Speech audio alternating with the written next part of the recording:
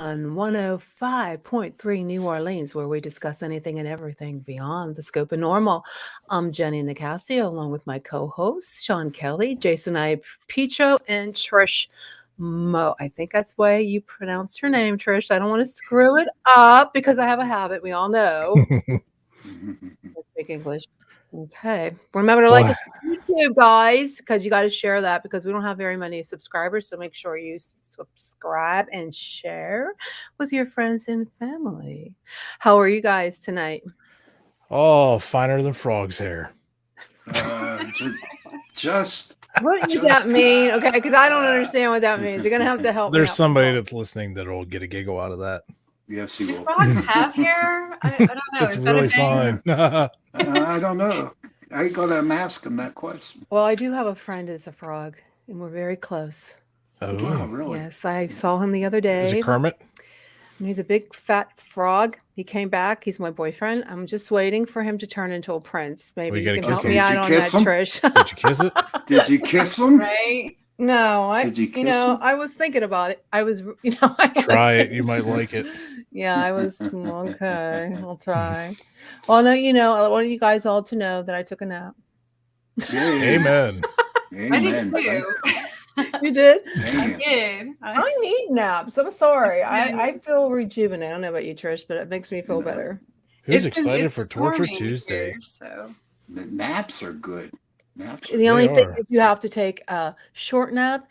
If you take anything more than I would say 45 minutes, and you're running into trouble because it feels Yeah. like you feel like crap later not on. me. I seen a meme the other day on Facebook. It said, anyone over 40 that's out past 9 o'clock 100% took a nap that day. No, I'm serious. so true. It's so true. I mean, I don't know how we used to do it where we would stay out. I don't know how I did that. It's Me like when neither. you just get up in the morning and you'd go out, you never come home until like, wee hours of the night. It's like, how did you do that? You know? Hmm. And you were doing other stuff that you weren't supposed to be doing. So I really don't know how that happened. Yeah. But I hope you guys had a Fourscore good and 10 years weekend. ago. Hey, thanks a lot. 4 scores and 7 years ago. I'm not that old. Oh my God. My weekend was good. Good. Taylor King, are you ghost hunters? Yes, we are. ghost yes, hunters. yes. Yes. Yes. Yes, we are. Well, I think we all are now. And Trish is going to have to go. Well, she's going to have to fly over here, I guess. This is Oh. the Well, first I was time just to gonna our ask show. her. Well, thanks for coming on to Trish. check us out. Yes. Trish, how would you like to be an honorary Pittsburgh Paranormal Society investigator from Kansas? That would be amazing. Kansas You're chapter. in. You're in. You're in. So it's funny. Today, I was actually, I reached out to some of the local paranormal societies, and there's the various groups in my area, in the Topeka area, in the Northeast Kansas area, and none of them are doing anything right now. And I'm like, why? This is the best time. The veil is the thinnest in October, and there are so many places here that could be investigated. They're missing the opportunities. So It is a good. I'll just go by October's the myself. best. Yeah, Yeah, it is. October. Jason, we're going to have to go out to Kansas and kick some butt out there, buddy. Oh, Yeah. yes. There you go. Road trip. Yeah, maybe Yep. she'll There's no find place like home. those creepy monkeys that are that defying monkeys in Kansas. Was that the Wizard of Oz? Okay. Yeah. Yeah, it is. All right. Well, we have a lot to talk about. We'll catch up towards the end. We'll take a little break, but we have a lot to talk about tonight with our guests, and it's going to be a little different show than our normal show. So, I hope you guys are in, the mood to talk about God, because this is what we're going to talk about. We have a special guest on the show.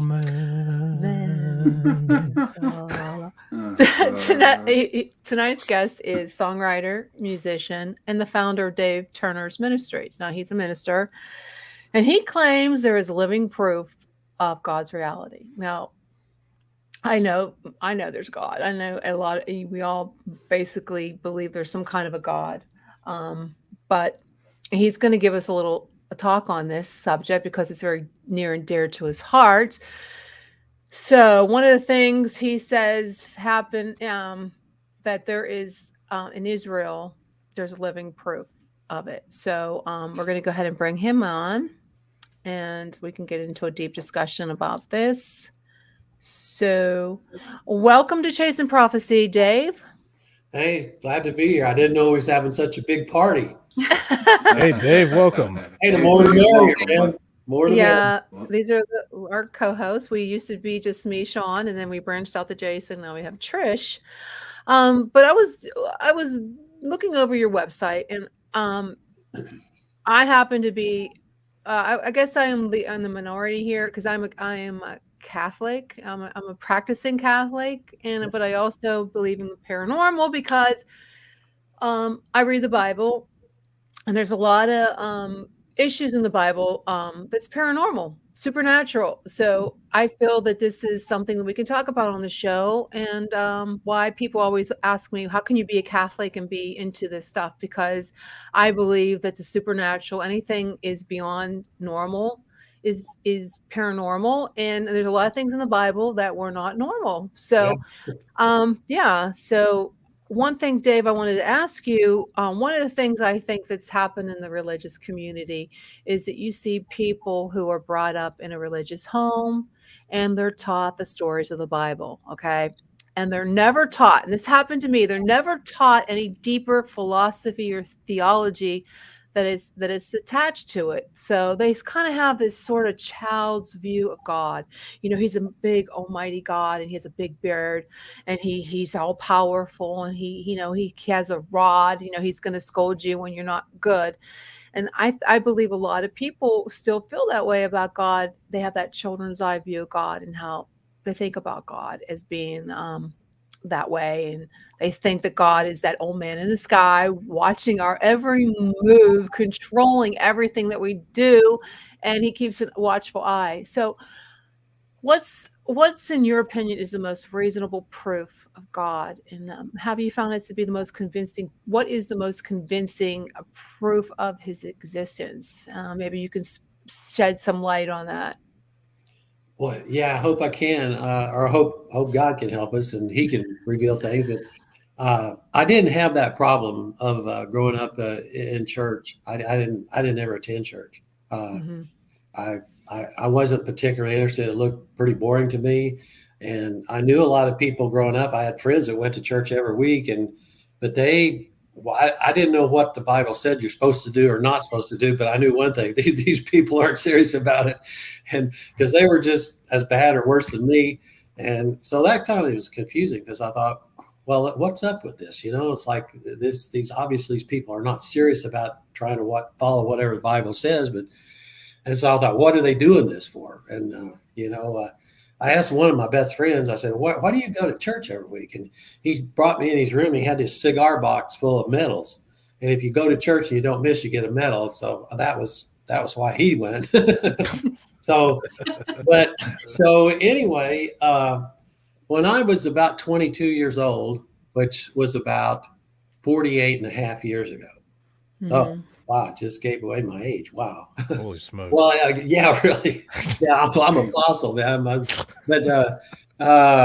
if I don't want anybody straining their brain trying to figure out, doing the math. So I'm 70 years old. I'm just 70 and a half years old. But when I was about 22 years old, my lifestyle kind of caught up with me. I mean, I was a hardcore partier for like several years. From the time I was 15 on, I mean, it was all about, using a lot of alcohol, partying. I mean, when I was in high school, the drug culture had not swept into my Midwest town yet. I mean, California had been doing that for 10 years, but in Missouri, no, it wasn't there yet. So we just drank, and we all did. But unfortunately, I drank way too much. I wasn't one of these people like, okay, you drink and you get up there and you get feeling good, you get the good times going, and okay, so then you kind of just mellow out, plateau out. No, I had to just keep on drinking. I'm still black out. Yeah, we just drink till you can't move anymore. Huh? I just get so drunk I couldn't hardly walk, but then I thought, wow, I'm a NASCAR driver. There's my car. I'm a NASCAR driver. Oh, boy. And I'd get in there and take off. Ricky Bobby. Yeah, I'd take off and I wouldn't be able to keep my car on the road. I mean, on this ditch, on that ditch. I mean, I'm really lucky I didn't completely wipe myself out or somebody else, but got 2 DWIs. That was a lot of fun. Oh, wow. 16 years old, you bought a new car. Now you got to park it in the garage. Oops. But I got in trouble, got arrested, thrown in jail for public drug. That's just everything, possession, busted for marijuana. But, then after a few years of that, the drug culture did sweep into my area, and I decided to become a full-blown hippie there. It was in the early 70s. So I let my hair grow down to my butt and beard and everything, and I grew my own pot out. Oh, good. I had farms. Saving money. Good. Yeah, that's the way to go. I had my own farm, so I had plenty of places to plant. Yeah, I had plenty of places to plant pot, but I mostly planted it over on my neighbor's property. That was smart. That's a wise choice. Somebody's gonna get busted. Someone's going down. It's better if they get busted than me. Definitely. What an innovative young entrepreneur. But anyway, so we did the pot thing, and then the hallucinogenic drugs and all that. I've done about everything I can think of it. Through all of that, probably the worst and most dangerous thing I did was I started smoking tobacco when I was 15 years old. Yeah, that's probably worse. I'd smoke like a pack and a half a day, but if I got drunk, I'd smoke 2.5 packs. I mean, I'd chain smoke all night long. And that was probably more harmful to me than anything. But when I got to be 22 years old, I just kind of, I kind of had an awakening. But now I did not know it back then, but I know it now that it was the invisible hand of God that just came and helped me. I mean, I'm still trying to figure out why God really liked me. I think if I spent the rest of my life thinking about it, I'll never figure it out, because I wasn't, I was probably like the least likely person that anybody would ever think they would see hold a Bible in their hand or going to church, and so but the Bible says that God is love, and I believe he's just got love for everyone. But I believe he does, kind of channel his love towards certain people, and he reaches out and help them. And I was one of those people, fortunately. And God has got amazing, it's infinitely great powers. I'm always thinking, when I think of the power, supernatural powers the Holy Spirit has, or God, I always think about the dreams he gave to the Pharaoh, the king of Egypt. And the Bible tells us he gave Pharaoh 2 dreams, all in the same night. And the thing about it, they were different, but they meant the same thing. He had a dream of like these 7 really nice looking cows, fat, really nice, grazing by the river. And then 7 really ugly, scrawny cows came up and stood beside him, and they ate those good cows. And then, so he wakes up and like, whoa, I had a good dream. And so he goes back to sleep, and he dreams another dream that there was 7 ears of corn on his stalk. Nice, really nice, nice looking ears. But then 7 really dried and withered ears came up alongside those 7 good, and they consumed them. They took their place. So then Pharaoh wakes up, and he's like, the Bible says he was troubled in his spirit. And because I think Pharaoh, he's probably a pretty smart man. And he knew, hey, these dreams, they're different, but they seem to mean the same thing. So I think Pharaoh he kind of had this idea like, well, I think maybe like some kind of divine being must have planned these out, because, they're the same.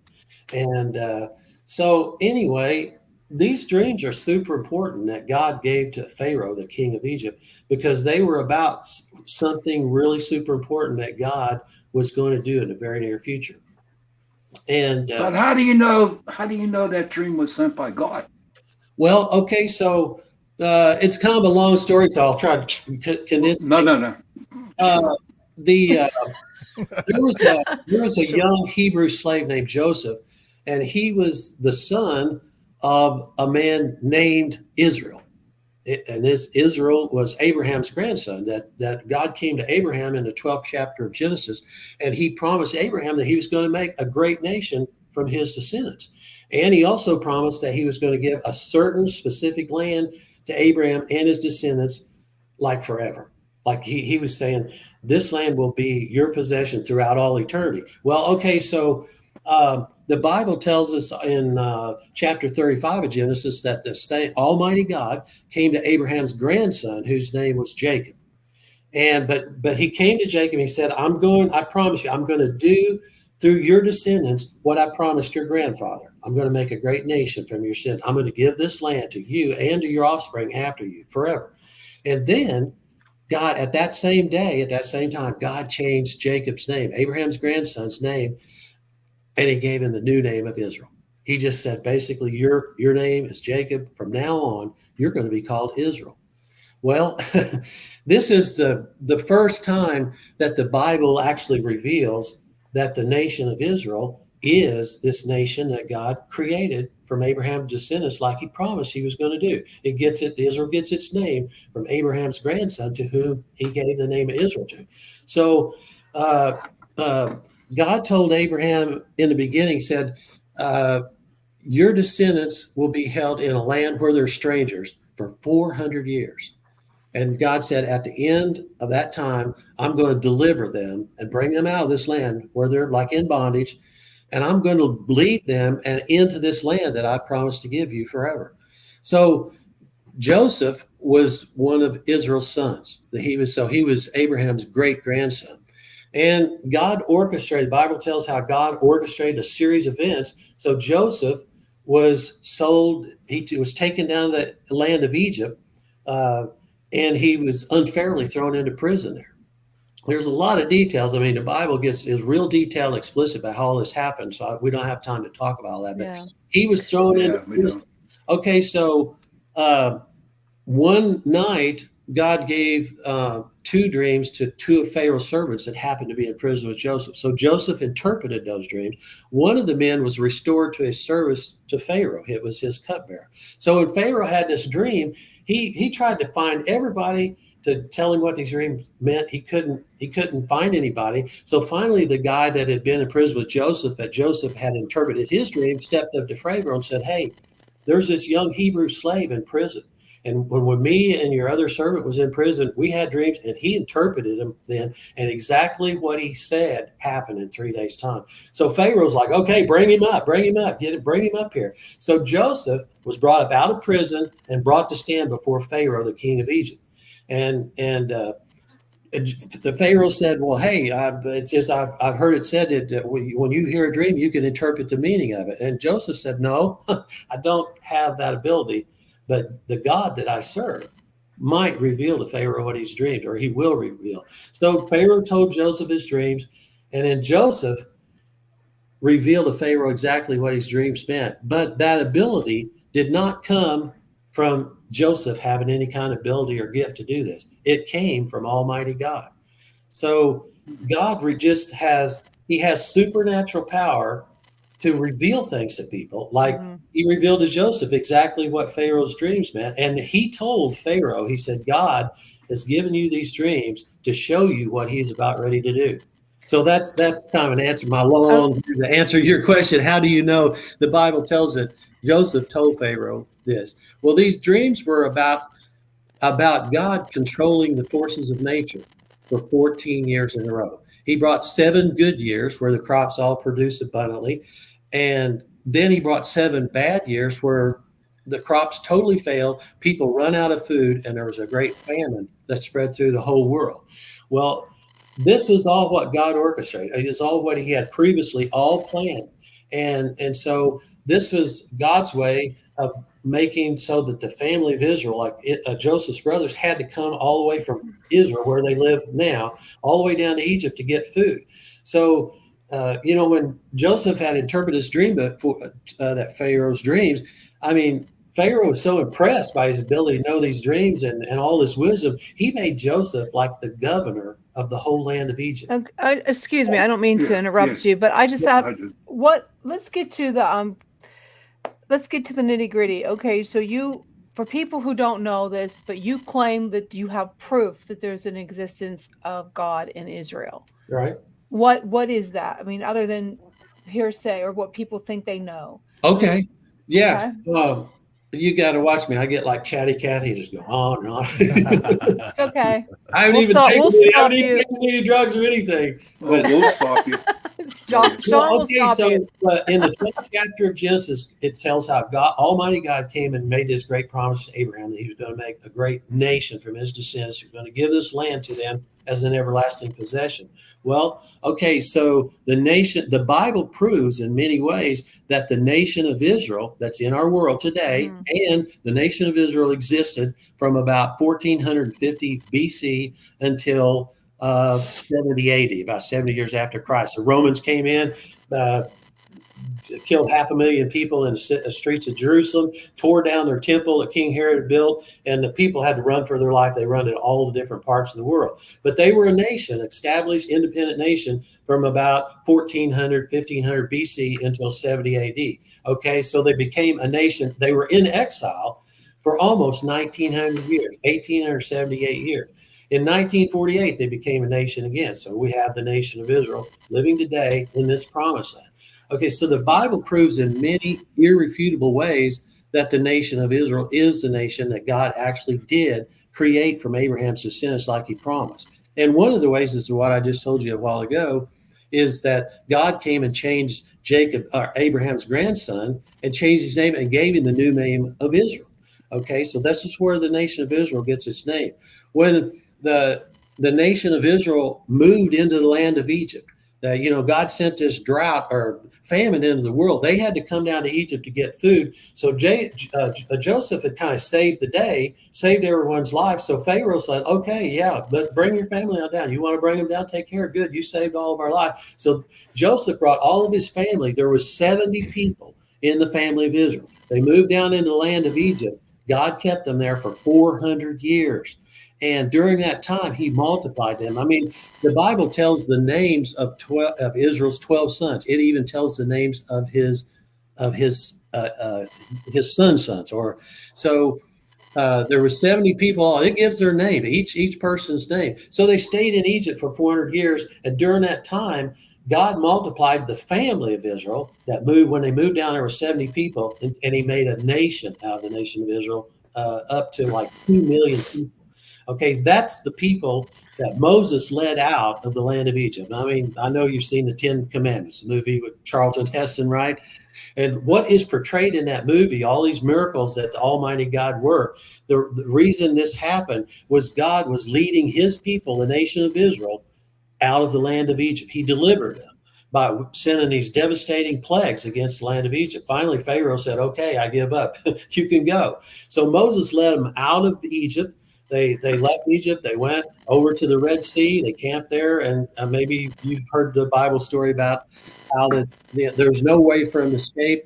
And here come the Egyptians after them with chariots and horses. They have them trapped in. God parted the waters of the Red Sea, just pushed the waters back. So if you want all right. That's paranormal right there. Hey, Dave, I have a question, everything's actually. paranormal there. But what I don't hold on a second. I got a pretty important question. I need to know the answer. I'm hearing voices, like multiple voices. So, Dave, do you think that the Bible could be incomplete or flawed, since there have been several books that are found that aren't in the King James or New International versions? And also, since the word was given to authors to write it down from God, but humans always make errors. So, well, I think humans do make errors a lot. So do you think that the Bible could be flawed or incomplete with all that information? Well, I tell you what my way is there's so many questions about the Bible, and is this inaccurate, or there's so many things that you could think of, that but there's no answers to these things. So what I do is I just hold on to what I can see is real, that I know is real. And, I'll tell you what's not real. I'll tell you what's not real. Go ahead, keep talking. I'll come in. I mean, there's many ways that the Bible proves that the nation of Israel is this nation that God created. And so God did something. He did what he promised Abraham he was going to do. And the nation of Israel is right here in the world today. So the existence of Israel proves that God really did what he promised Abraham he's going to do. Now, God gave this specific land to Abraham and his descendants. It is the land of Israel. When Moses led the people, the nation of Israel, out of Egypt, right when he brought them to this promised land, he gave the geographical boundaries of the land that they were going to go in and possess. Okay. Moses, they didn't have GPS and all that back then. So Moses used natural boundaries. He said the western boundary is the Mediterranean Sea. And he said the eastern boundary is the Jordan River. Okay, there's only one piece of land that lies between the Jordan River and the Mediterranean Sea. The Jordan River runs from the Sea of Galilee down to the Salt Sea, the Dead Sea. That's the nation of Israel. That's the only nation or land there is there. But Moses also gave the northern and the southern boundaries, using like mountains and stuff like that. If you look at these boundaries are recorded in the book of Numbers, chapter 34, verse 1. If you look at those and you get out a map of Israel, you'll see the geographical boundaries that Moses wrote down in the book of Numbers are exactly the nation of Israel. And then there's this thing here, like when the Bible tells us when Abraham came into this land that God promised to give to him, it names the places that he came to. He first came to a place called Shechem. Then he went to a place called Bethel. Later on, he visited Beersheba. Okay, Beersheba is the 7th largest city in the land of Israel today. It's the second in land area. But this place that the Bible names that Abraham came to are in the nation of Israel today. And where Abraham traveled was in this land that God gave to him. He went to a place called Haran.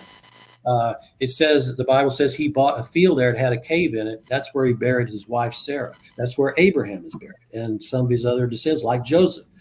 Okay, so the Haran is in the land of Israel. All these places that the Bible names that Abraham lived in, visited, are all in the land of Israel. So what does this do? This proves that the land that God gave to Abraham is the land of Israel. Abraham was the first man in the Bible to be called a Hebrew. When God sent Moses in to speak before Pharaoh, he says, the God of the Hebrews says, let my people go free. The God of the Hebrews. Abraham was a Hebrew. Okay. The descendants of Abraham are referred to in the Old Testament 18 times as Hebrews. Hebrew is the national language of Israel today. If you go to Israel and you drive down the road, you're going to see a street sign or a sign. It's in Hebrew. Hebrew is the official national language of Israel. Why? It's because Abraham was a Hebrew, and all of his descendants are Hebrew. Sean, you have something on your mind. Do I? Yeah. Yeah, do I? You said you did. Okay. What you got? You know, I respect you're a minister, you know, and I respect that you do preach on Genesis and the Hebrews and stuff. I have nothing against that. In fact, I respect what you believe in. But when I started doing the paranormal stuff, you know, I started to listen to Bible scholars, and I started to watch history channels on the Bible and all that stuff. And here's what blew me away. And this is what totally determined me from not believing in the Bible. And this is just me. For any of my listeners out there, I'm sorry if I, you know, tell you this, but in the New Testament, John was written, okay? And John blamed Judas. You know, the Bible blamed Judas for turning, you know, like snitching on God, on Jesus, right? Yeah. But here's the deal.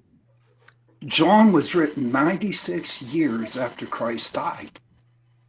So how in the hell the guy who wrote that book, which I think was Moses, I'm not sure, but how can that guy who wrote the book of John 96 years later after Christ died, how can he blame Judas? Here's my theory. Okay, maybe I'm wrong. Maybe I'm taking it out of context or whatever. But I do believe that the Judeans are the ones that crucified Christ on the cross. No doubt.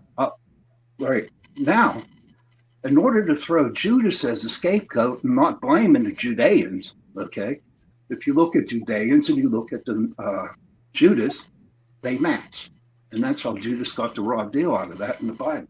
So to me, when I found that out, okay, I don't put no faith in the Bible. I don't have no faith in Genesis because Moses wrote that book, you know. So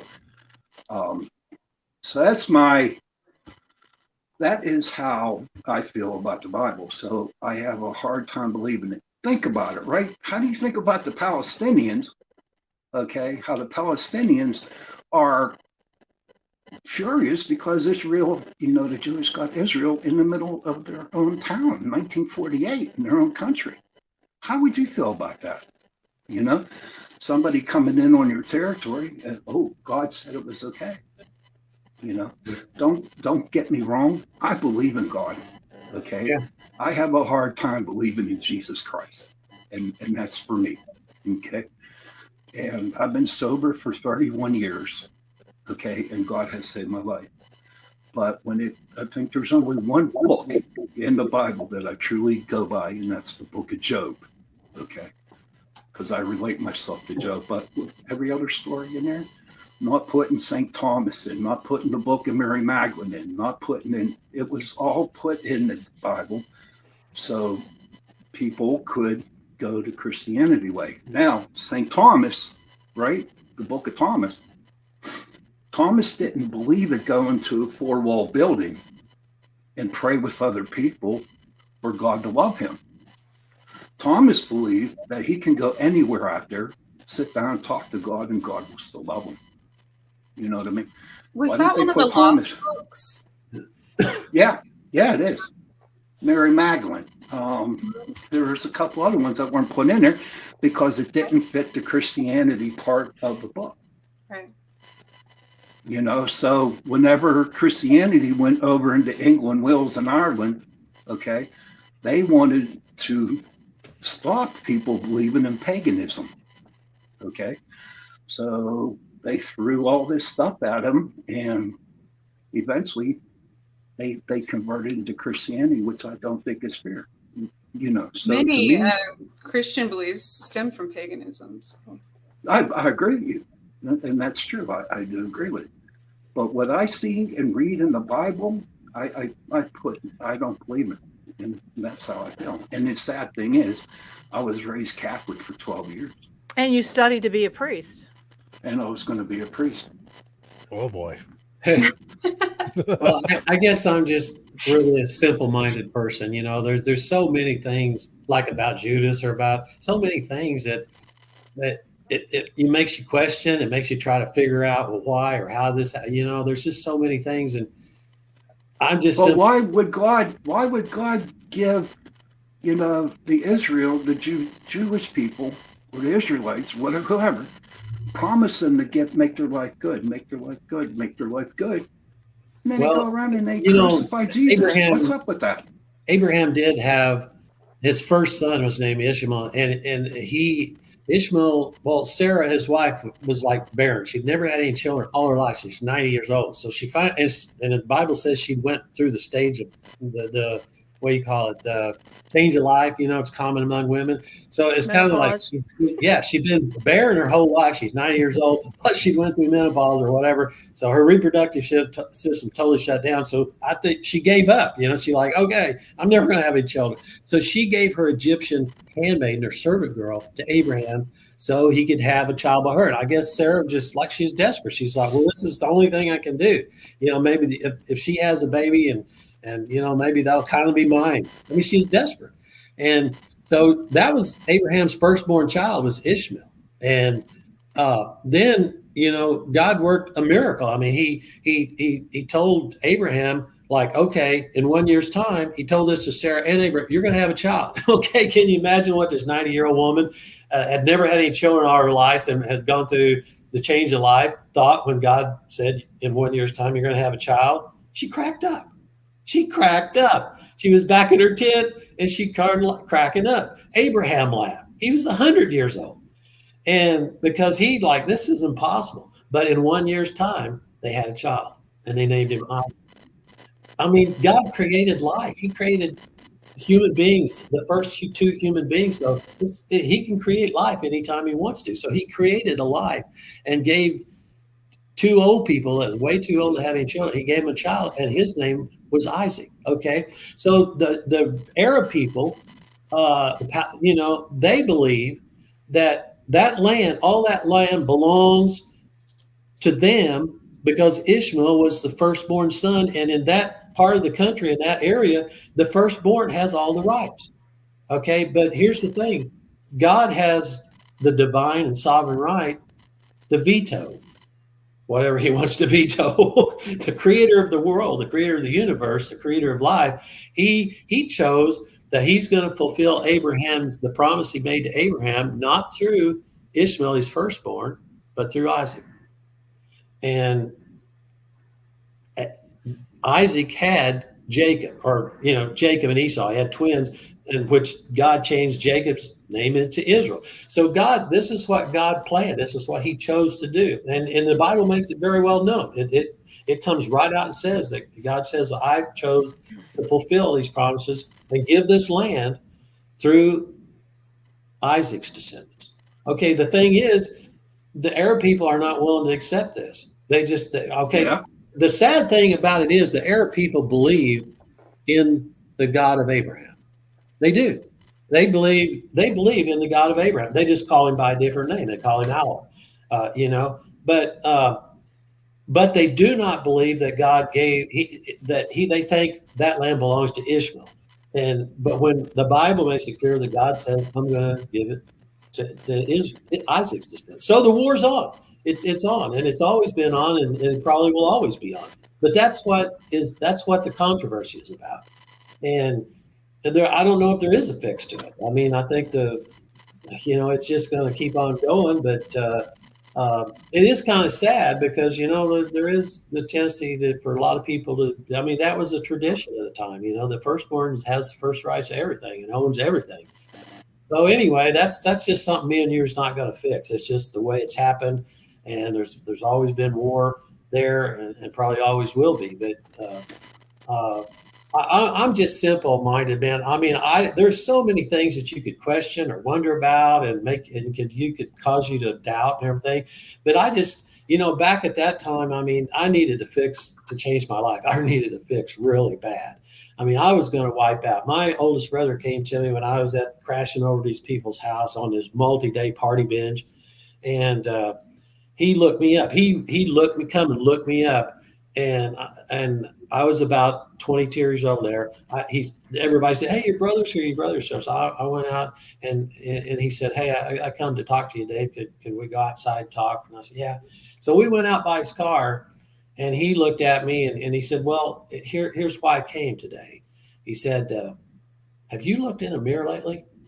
And he said, "Man, me and your whole family, we're really, really worried about you. We're concerned because you don't look good. And we're thinking if you keep going down this road you're on, you might not be around too much longer."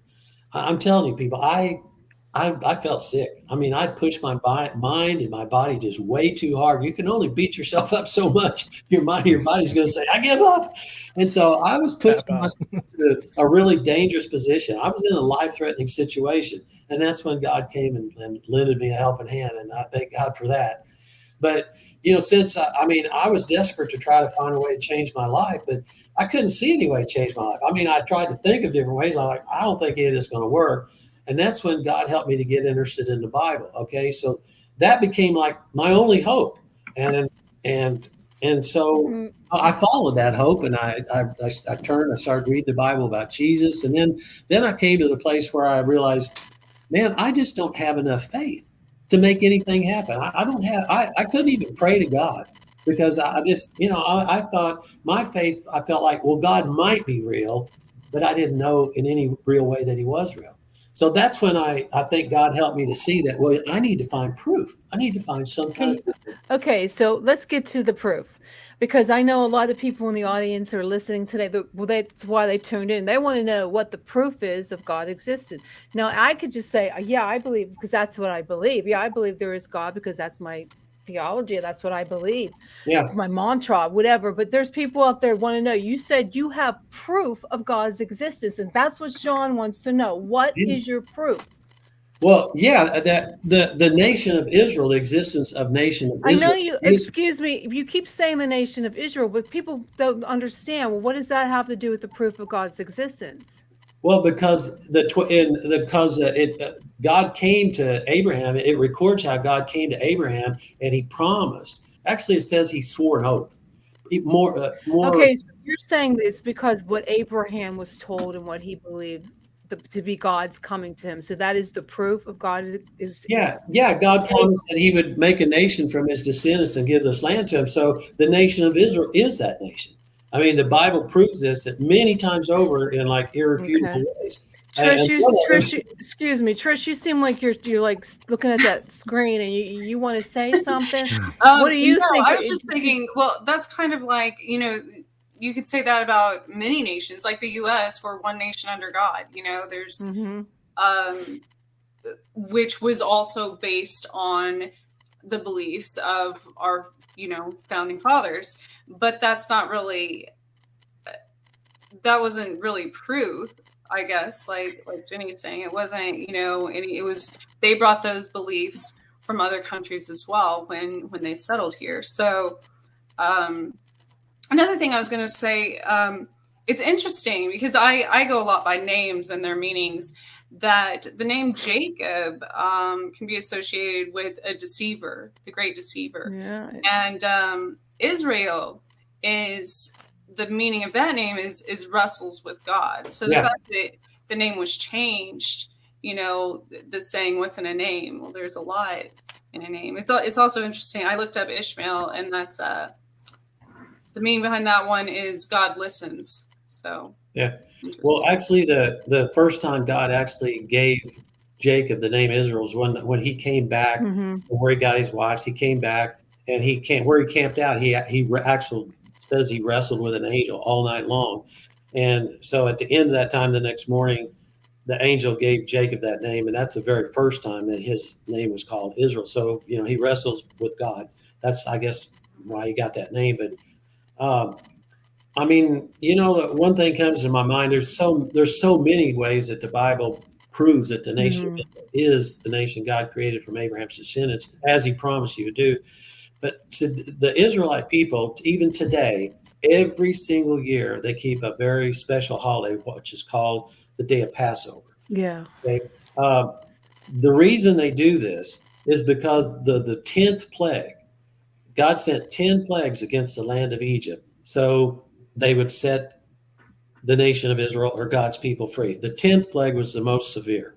I mean, and in the 10th plague, death came to all the firstborn throughout the whole entire land of Egypt, even among their animals. Okay, so God saved the nation of Israel. He told them to, the night before, or that going into that night, he said, kill a lamb, take its blood and paint it around the doorpost, all the way around the doors of your house. So when death passes through the land of Egypt and all the firstborn in Egypt die, it'll pass over you because of blood. So they did what Moses, I mean, God spoke that to Moses. Moses told the people obeyed, they did it. And so not one single Israelite died, but the firstborn of everyone throughout the land of Egypt died, including the firstborn of Pharaoh's son. And so after this happened, Moses commanded the nation of Israel to every year to keep this day as a holy day, you know, as a holy day. So it's called the Day of Passover. And even when the nation of Israel was, exiled around all the world, they kept this Passover every year, and they still do it today. Well, this is the day that Moses commanded them back when he led, when they were being delivered from the land of Egypt. Moses commanded them to keep this every year. That's that for 1900 years almost that we're in exile. They kept it every year. They keep it every year today. Okay, so this shows that these people, this has been passed down from generation to generation for 2,000 years almost. This shows that these people are the descendants that Moses led out of Egypt because they keep this day of Passover every year. And it's like bigger than Christmas to us. And Moses is the one that incorporated that and told them to do it. They've done that every year. So there's a lot of things like this that you just kind of gotta, take what's obvious. Yeah. The Bible, reveals in many ways. So God did, the proof of God is that he did what he promised Abraham. Yeah, he did. It happened. So I agree with you. And I agree with you And 100%. it is, I mean, it's so I got, important I for got people. one I got to ask about this. The belief of God is enough for millions of people, and we know that, and that is awesome. But if we're talking about changing the hearts and minds of people that are non-believers, they're looking for an Physical actual proof. evidence other than just reading the Bible, because a lot of people, it was written by man, Yeah. through God, through man, but it's been Through translation, it was so many changed, Jason. You're times, right. especially like in old times, like someone was talking about the times of the Crusaders. A lot of books were altered to suppress any beliefs in Yeah. a Christian church, Mhm. from the hierarchy and stuff like that. But it's the non-believers, Mhm. that what they want to see the proof that yes, this is real, other than just going off what the Bible has to say. Yeah. Yeah. And one of Kind our of like, comments is asking too, Joni is asking, okay, so what's the physical proof? I mean, you kind of think about it like a paranormal, kind of sense. A lot of people believe in ghosts and spirits, and a lot of people don't. But when you could show the actual proof, like, look what we caught, this is real, this is actual stuff, then it's able to change minds into seeing that side of things. It's the people that they want to see the actual, like, what do we have, Yeah. to show. Well, it's true. I mean, to come to God, you have to have faith. You have to believe that He is. You have to have faith. I mean, the Bible makes that clear. And, that's the way, discovering that the nation of Israel is proof of God's reality. That's what brought faith to me. I mean, when I first turned and tried to search for proof, I wanted to try to find something that's existing in the world that I could see that is the result of something real important the Bible says has happened. And that's what I found. I mean, I know now that God led me to that. And, whenever I discovered that the nation of Israel is the nation God created from Abraham's descendants, and it's right here in the world, then I thought my take on that was, wow, I found a lot greater proof than what I was ever hoping or expecting to find. I found a whole nation of people. Look, there's a lot of other nations. I mean, is it Trish? Mm-hmm. Oh, yeah, you mentioned the United States, but okay, so yeah, we were founded on belief in God, and we were seeking freedom. Well, that's a good principle. I don't know what happened, but something really bad happened along the way here. But but the thing is, God did not create the nation, the United States. God actually created with His supernatural powers. The nation of Israel didn't come into existence in a natural way. God, when He spoke to Abraham, He said, "I am going to make a nation from your descendants." He didn't say a nation's just going to come. He said, "I am going to make a nation." He said, "I'm going to give this land to you forever." So then you just read on all these miraculous works and supernatural miracles. I mean, what God turned the first disaster He sent against Egypt, He turned all the water throughout the entire land of Egypt into blood, the blood of the Nile River, but also their streams, their ponds. Even the blood water that people had drawn out of a well or spring, put it in vessels of clay and brought it into their house to wash their hands with and cook with, turned into blood. This is like unbelievable. Where's the proof? Where's the proof? Well, the Bible just tells us that. I mean, you just believe it or not. But the God brought the nation of Israel into existence by the working of His supernatural powers. Okay, that's the only nation that God has ever created Himself exclusively by His supernatural power. Only nation. And the nation of Israel, like, it's just super important. I mean, actually, God gave His laws. He came down on Mount Sinai and gave the 10 commandments to the nation of Israel. Okay, well, that's gone out to all the world. Mm-hmm. That's our backbone of our morals and our laws.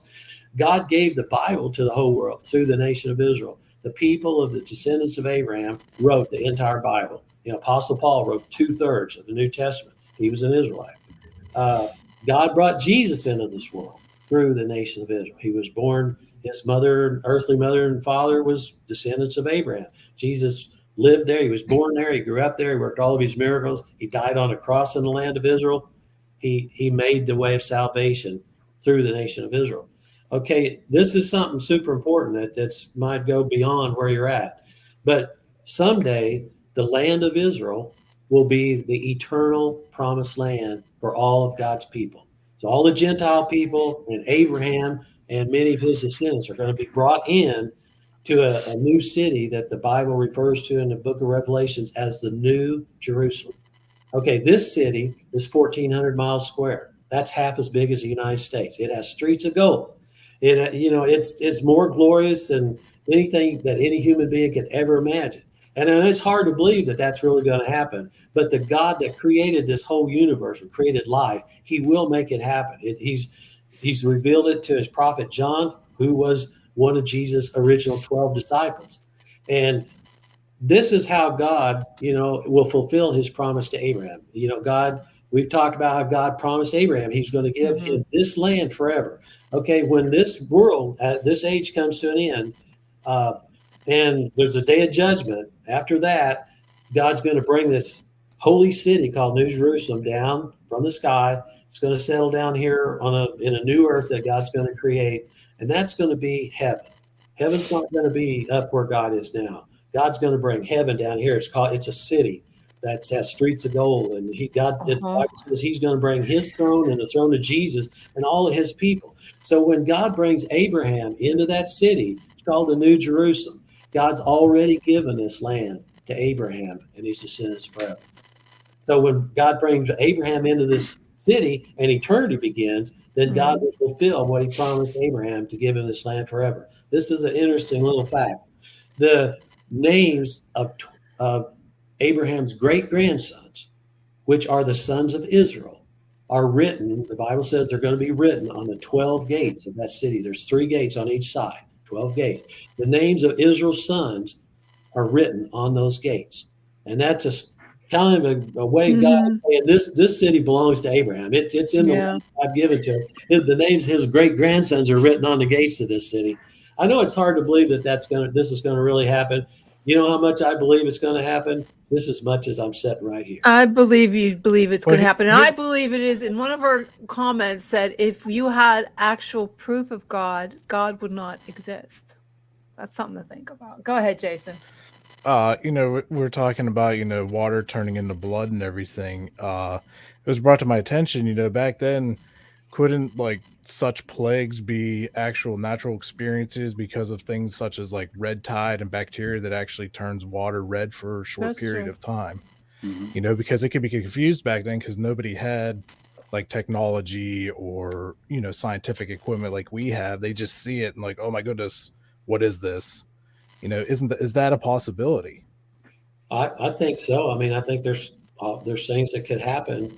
Actually, the Bible says that there were some magicians that came and turned some water into red. It wasn't maybe not blood, it was red. But yeah, I mean, something could happen. But if you put all the pieces, it's kind of like a jigsaw puzzle. If you put all the pieces together, then you see God did one thing, but he sent 10 plagues. What about the Bible doesn't say anything about dinosaurs or anything like that, but they existed, they did talk about dragons in the Bible, in the Old Testament. I just read it because I read the Bible every day. And I know that's kind of strange because I'm in the part paranormal, but I was just reading. I said, wow, they had dragons in the Bible. There might have been dinosaurs. We don't know. That's another question I have too with the paranormal world is, isn't it, when you die, you go to heaven or hell? Then if that's fully the case, then why are there so many spirits that are still roaming the earth? Because they don't want to die. Well, there were spirits in the when you Bible die, too. if you have to go somewhere, why is there so many that are here? Lost I don't want to go. Lost souls. That's Or they go to hell. Well, I know that the Bible tells us there. The Apostle Paul said that we wrestle not against flesh and bones or flesh, but spiritual powers in high places. Yep. So, I mean, there are evil forces in this world. I mean, the Bible tells us that Satan got kicked out of heaven. He rebelled against God. He wanted to be higher. Just like God. He led a third of the heaven's angels to revolt or rebel, and they got kicked out. So they're here on earth, and they're somehow when Adam and Eve turned away and disobeyed God, God said you're going to die the day you do this. Well, they didn't die physically, that something died because God don't. What he says it happened. So they died spiritually. Their spiritual connection with God died, and somehow they got opened up. They became vulnerable to influence from the evil forces. And I mean, these evil forces, I believe they probably do have a body, but they choose not to make themselves seen. Yeah. They can effectively destroy humanity working in an unseen way, but they are spiritual powers that are the spiritual powers of the evil forces are just as real as the spirit of God. And that's where we're going to How, leave it for right now, because we have to take a break, because this episode was sponsored by Ohio Hauntings. I have to play pause them, for the okay? cause. Go for it. Gotta play. I want to thank our first sponsor, Ohio Hauntings and Legend Podcasts. They'll take you on 1,000 of haunted locations, unexplained paranormal, campfire stories, supernatural happenings, and legends from all over Ohio's 88 counties that have stained by the pages of Ohio Hauntings history. Stories that have haunted our society, tales that have gripped towns and cities across Ohio for centuries as true events. Many of these episodes are genuine, others are legend or hearsay. Their motto is believe those that can choose or believe in none. It's your choice. Just get comfortable, sit back, dim the lights, and listen. Okay, so let's start. We're going to switch gears a little bit before we call it a night with David. We are going to switch gears, and I want to know, okay, so if you believe in this, oh my God, I can't get rid of this now. Okay, there we go. That was better. Okay, so we're going to switch gears, because I see the comments and I see that we're going back to, about the unfinished business people have. That's why they're spirits. Well, I got a question about that. Go ahead. This is just real quick. We're talking about, people, spirits on earth because of unfinished business and stuff like that. Then why are there so many children's spirits that are still here? Because, they're revered in the Bible as innocent. It's evil spirits. Yeah, I could see that. That makes total sense, because they can't, they can roam the earth and all that, but they're like, children are innocent. Like, why is God allow their spirits to just be lost on the earth? Are you asking me that? Anybody. I'd like to know. I'll pass that on to somebody. Well, because the spirit, you mean, why know. is there so many young spirits that Yeah. are Like children's spirits, Well, like children I'll are tell you, innocent, and Here's what I think about that situation is that when they do die, okay, they're by themselves. They don't know what to do. They don't know where to go. but why does God let them stay here? Like, why doesn't he take them because they're innocent to Right. heaven? He lets these children stay here and suffer or be lost. That doesn't make any Because sense. when you die, okay, even though your spirit leaves your body, okay? Well, I Yeah, have but to we're be talking the about devil's choice. advocate. How do you know that they're really children's spirits? I was about to say that there are so many demonic entities that would portray themselves as children because they are innocent. True. So Right. that would be an easy, that would play on an adult's vulnerability as well. And that's Yeah. what I mean, said. Because that's a high possibility, but we have been on investigations and have contacted and caught Yes. EVPs of actual children voices yeah, but that's what responding to specific questions. the demonic presence is imitating a child. but I'm there. What is that? What do you have to say? I also think that they, it depends on the nature of how the person or the child died. If it was something really dramatic or traumatic, then that would be the same with an adult as well, because it's the energy of what happened. So, Exactly. a lot of more spiritual people opposed to the religious side believe that our spirits live on forever. So it wouldn't, it might come off, the child spirit might come across to you all as a child, but that child's soul might be, hundreds of years old for that matter. So But A lot of variables. I can't imagine God leaving children here. I I don't know. I don't I mean, know either. I mean, I've catching been in the evidence of stuff business. that's not malicious. Dave's wondering, Yeah. why am I here on this show? No, it's all right. I Mediums are thought at least smoking the somebody kids and would stuff. ask me like, "What was this picture behind me?" You know, that not looks like one of you guys asked me like, "Wow, what is that?" You know. What is that picture? What is that? Well, What is okay, I'm glad you asked. I'll try to move out of the way. No, I can't get out of the way. That's a picture of the nation of Israel when Moses had led them out of Egypt, and they went on a 40-year camping trip. 40 years.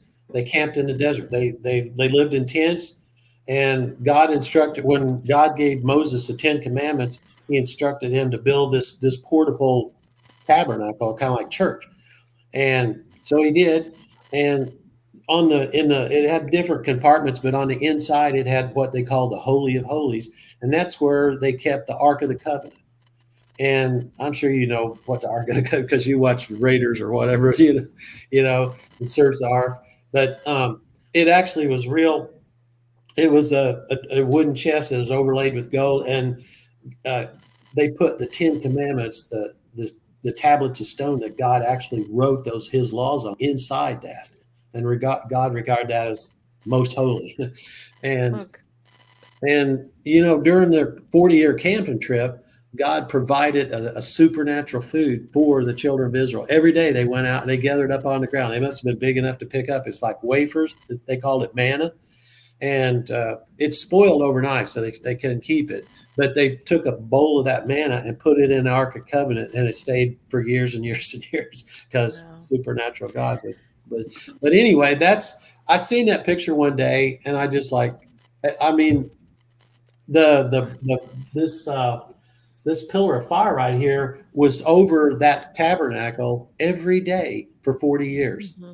And that was like the manifestation of Almighty God. Yeah. And during the day, there was a pillar of cloud over that tabernacle. So this is cool. I mean, these are only people on planet Earth that could look out their tent and say, "Oh, look, there's God," But they were super privileged, more than any nation in the world. But they had a worse luck and been treated horribly than any other nation because they didn't really stay true to God. Yeah, so absolutely. That's why 6 million of them got killed in the Holocaust. Well, exactly. Well, we're going to leave it here, Dave. But I will just say I know the existence of God because I see it in the face of my children. So that's how I know that there is a God. So I don't need to be told about Israel because I believe it. But that's just the way that I got started. But I wish I had time to tell you about the personal encounters. Absolutely. But I'm glad you came on the show today. Yes, thank you so much for coming on. Good discussion. Good discussion. Where can someone get your information if they want to learn more about the nation of Israel? Okay. I have a website. It's dtministries.net. DT is for my initials, Dave Turner. Ministries is plural, dtministries.net. And I've got 4 writings. That's all there is on this website. 4 writings. One of them is about the nation of Israel. Everything. Absolutely. I will definitely check it out. But thank you so much. Enjoy the evening. And thanks again for coming on Chasing Prophecy. We really appreciate it. You have a great evening. You too. Thank you, Dave. Well, that was interesting. Not what I was hoping. He was going to give us some solid. I wanted to talk to him more about the shroud. If that's really Jesus, but I don't think he would go there. So I'm glad we had him on the show. He believes that the nation of Israel. I believe. See, now I believe what he's saying, and a lot of people out there, they want specific proof. Like, you're not going to get any proof like that. That's where faith, like he said, comes in. Faith comes in if they believe that. I believe that there's God. I believe there's the most powerful existence in life, and I believe, but I also understand where he's coming from. There has to be something that happens to you in your life that you need to find God. I've had all that. I was into spirituality. I was into the moon crystals and all that, and I changed my ways to a point where I was never actually a pagan. I always believed in Christ, but now that I've learning more about the Bible and how to interpret it, he didn't really get into that, like what you said about Abraham, what he was saying about Abraham. I mean, you have to really go deep into the Bible to understand Abraham. and how the nation of Israel is so important, because that was the birthplace of Christ. That's where it all started. And that's where he said it's going to finish. And according to Revelations, that's where it's going to finish. And if you ever read Revelation, I don't know, it's a really hard to understand book. So I know where he's coming from, and I'm glad I had him on the show. But unfortunately, Joni, I am sorry, he doesn't give you proof that you're wanting to look at. So She there's says, my look at Sean's face. Sorry, Yeah, Sean. That's why you went Pep, to you look hell so. when you died. I could feel the heat coming through my computer screen. But What's on your mind, God. Pat? I mean, it was a good. I mean, I'm going to check him out. And I mean, I like what Dave was talking about, but I was raised Catholic and everything, and my grandma, she's Carmelite and everything. So I've heard a lot of these things going on. But as I'm getting older, you realize, there's so much man-made, man-written stuff in the book. It's been through translation. Like, You don't know I believe in God, right. yes. But who's translating it? Yeah, who's translating it? You're right, Sean. It's been translated so many times. Not only that, everybody's perception is different. Mm-hmm. I mean, of everything. Everybody's perception, absolutely, of other people are different than everybody else's, for that matter, much less religions. So right. I think it can be interpreted in many ways. Now, I was about to say the poster he had on the wall. Some people might think that looked like, Independence Day or something. So it looked like a FEMA camp. So it goes, and the same thing. A lot of people in spiritual communities could say that when they hear messages from a higher power, from God, or they're crazy, whatever you believe in, no, they would say that's your higher consciousness, that's your higher self. So it's all left to interpretation when it comes to the Bible, in my opinion. Yeah, you're right. You figure way back, like we were talking about, the land of the Crusaders and stuff. How many times were the books, mellowed down or stuff removed just because the kings wanted to override the religion. Well, see, when so much when they wrote the Bible, if I saw something on this. Everybody who had a book to put into the Bible went to this one monk, okay? Mm-hmm. And if he did not approve of the story that was into the Bible, he would toss it. Now think about it, right? Say like that monk was drunk that night, okay, and he decided to put the book of St. Thomas in to the Bible, okay? It would have changed everything. Wasn't there a book of Thomas that they took out of the Bible? And then there was a Mary Magdalene. No, he was never in there. Out. They never put it in there. They never put it in it. Isn't it the Ethiopian version and the King James are the actual two closest to the, being the actual truth, and all the other ones have been so twisted over the years and rewritten that it's half they of it changed doesn't they wanted to change the Our Father. The Catholic Church wanted. Why do you want to change the Our Father? Because it's been interpreted wrong. We need to change it this way. Okay, then who told you? So I understand that. I mean, but I don't know. Everybody has their own thoughts on it. Just think about it. Back to my story. Okay, so say like that monk is drunk and put St. Thomas in the Bible. So nice rhyme, Sean. Christianity is over in England, okay? And they're trying to convert these pagans into Christianity. Well, all of a sudden, they're reading this Bible, and they see St. Thomas's book in it. Yeah, and they're thinking, okay, why? Why, you put this in the Bible, so why do we need to follow your church when I can just listen to St. Thomas and do it our way? You don't know who to believe, Sean. And the funny thing is, you still don't, like I said, the Catholic Church has been infiltrated by the devil in 1940. And it's so hard to, how do you know what they're so evil? I mean, I basically am saying that the Catholic Church is evil. And it pisses me off because I am a Catholic and I won't give it up. I'm Catholic as well. You know what I mean? I won't give it up. I go to church every Sunday. I listen to it. I zone out. I'm not there to... Too many people run it. Yes. I'm not there to listen to the priest. I zone him out. I just go there to worship. And it's a shame how this whole devil stuff... And not only did they infiltrate the Catholic Church, they also the Democratic Party. I'm sorry, but they have.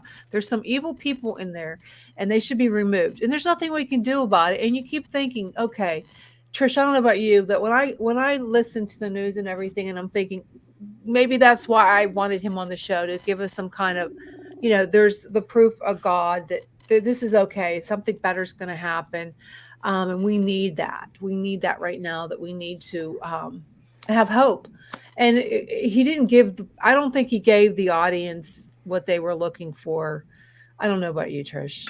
I mean, did you? I mean, as far as physical proof, which I'm much the same way as far as my beliefs. Years ago, I started losing, I was very religious. I never missed a day in church.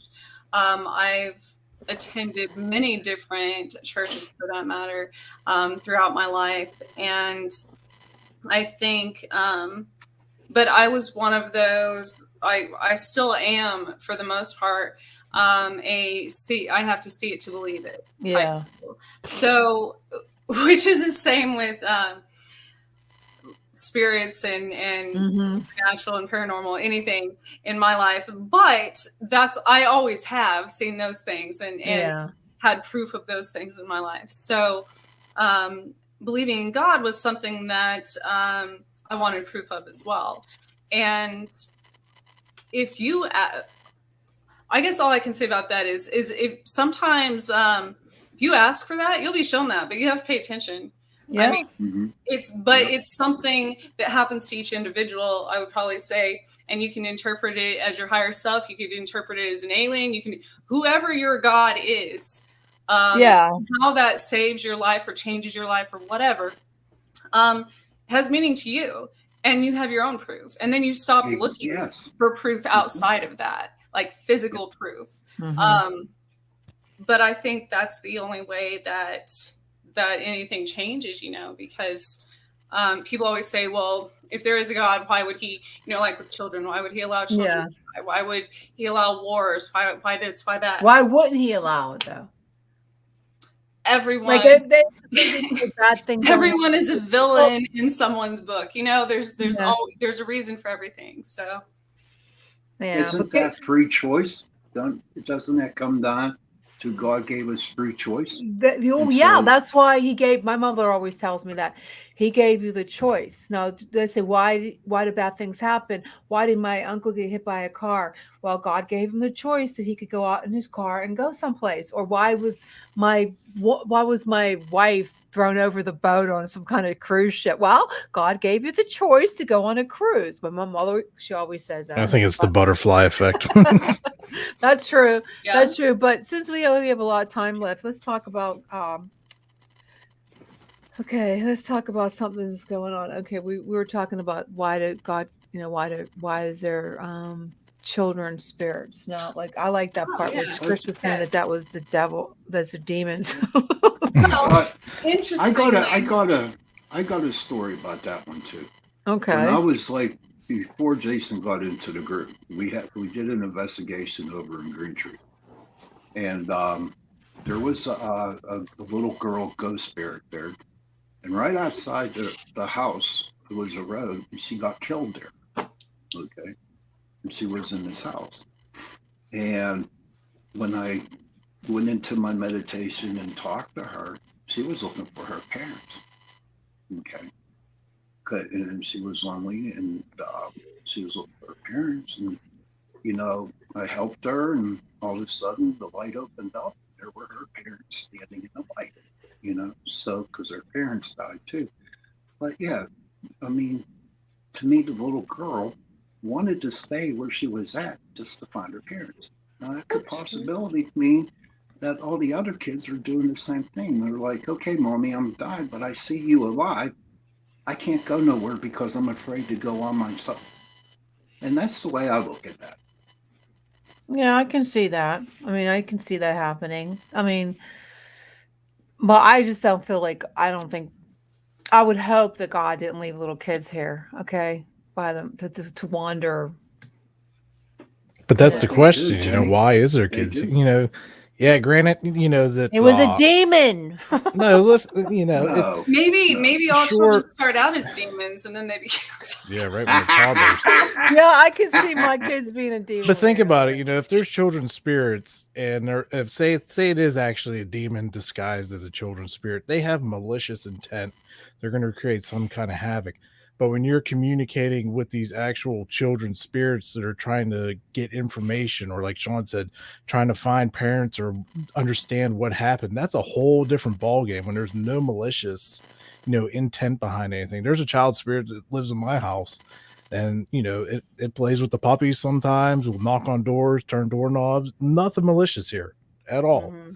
demons. I feel can like live for thousands of years. They could be very patient. So, yeah, I mean, demons. There's no one to. They don't mess around with those little buggers. I'm No. sorry.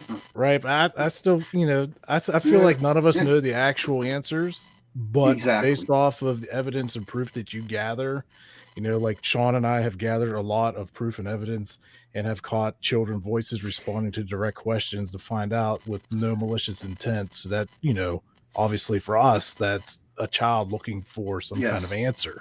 So Go ahead, Trish. I'm sorry. Here's how a lot of things work in my life as far as how I'm drawn to specific locations or like murder cases and things like that. And I was in Atchison, Kansas, which is very well known here. The Pope won't even fly over Atchison.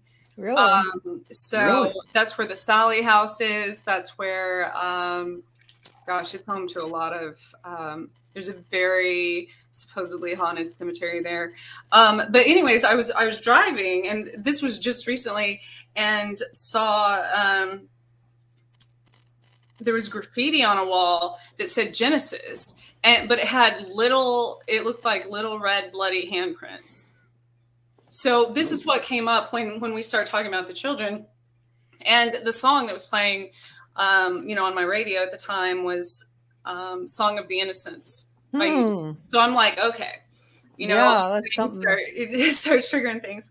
And then I was thinking about throughout history in mythology and different, even in like fairy folklore, the children have often been, you talk about witches, anything like that, vampires, even the children have been stolen or their souls from their bodies because they're the innocent. So I'm wondering how, it's a common theme, and it's a common, even in the reality in our world, in the 3D, it's always with children, there's trafficking and so many things that involve children. So, but that's been around forever. So I wonder what the correlation is with all of that as far as. Did you see that? What was that? What was what? I don't know. Something flew over her head. Oh, I didn't see it. I saw it. Probably an orb. When we rewind, we'll see it. No, I did. Maybe a child spirit. Well, you're right about the child trafficking and how there's. And I just watched it last night, so here I am thinking about all this.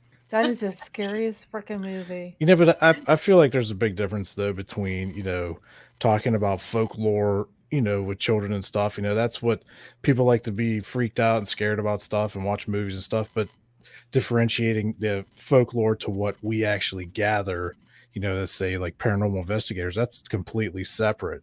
That's actual. I think there's still truth behind a lot of that. It was their interpretation at the time, just like we were talking about with the like the bloody rivers and things like that. It could be what if it's like the difference between Mothman and angels, or Oh God, that reminds me of. Did anybody see that?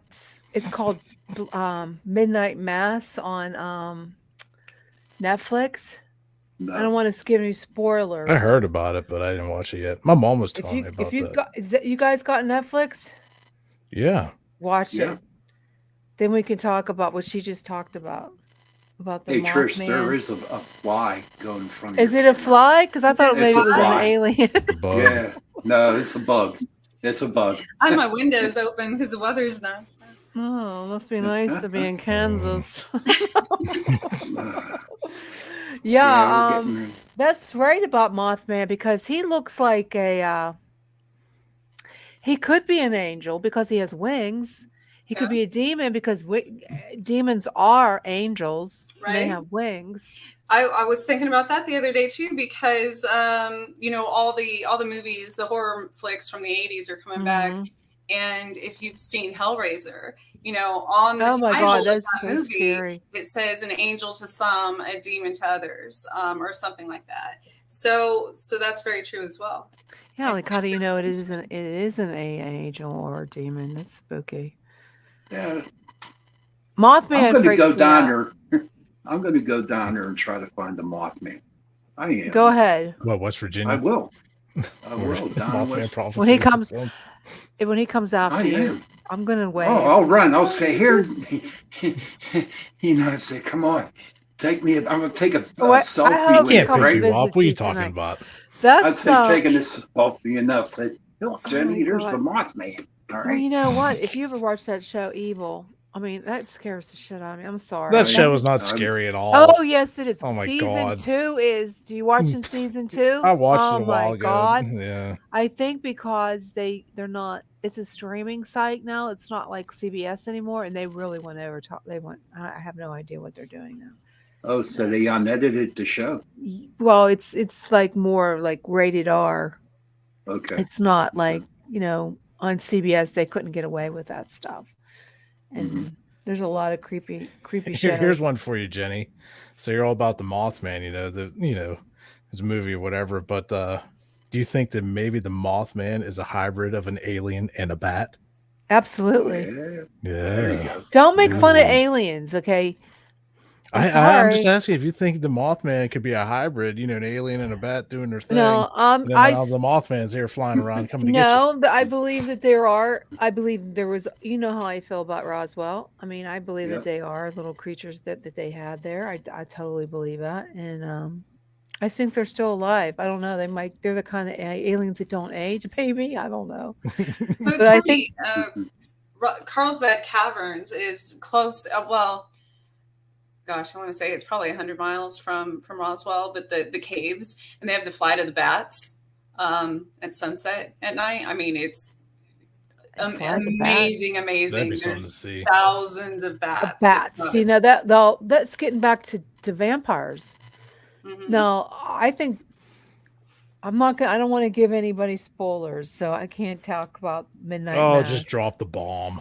No, I don't want to spoil it for anybody who's watching it because it's a really good story, but it gets it's Here's a not question to you, bats and Trish. vampires.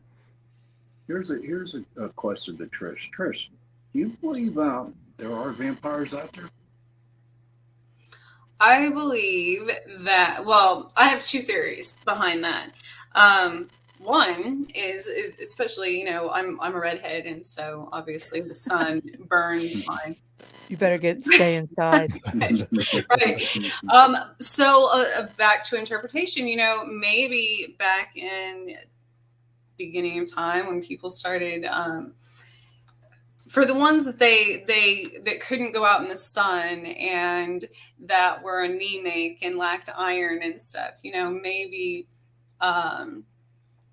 that's how that could, like, actual people. We don't have fangs or like suck blood or whatever, but maybe that's where these figured, I guess, imaginary or maybe realistic. I don't know. There's probably people that drink blood out there, but and then there's certain people that are more sensitive to the energy of the moon. Werewolves. Like, it's not like a group of people that literally turn into a wolf or whatever. It's just their behavior changes and they're more aggressive and such around a full moon. So that's one theory. The other theory is, yes, that there are aliens that use humans as resources and do take certain people's blood and do come through, that back in the day that could have been interpreted as coming through people's window and stealing their blood. Yes, absolutely. Okay. Yeah, you're right about that. There is such a thing. There is a disease that is called XP, xeroderma pigmentism that actually does that people go out and suddenly burn. And you're right, that probably could happen. Right. And Did anybody see the documentary that was on a while ago about the group of people that thinks they're actually vampires?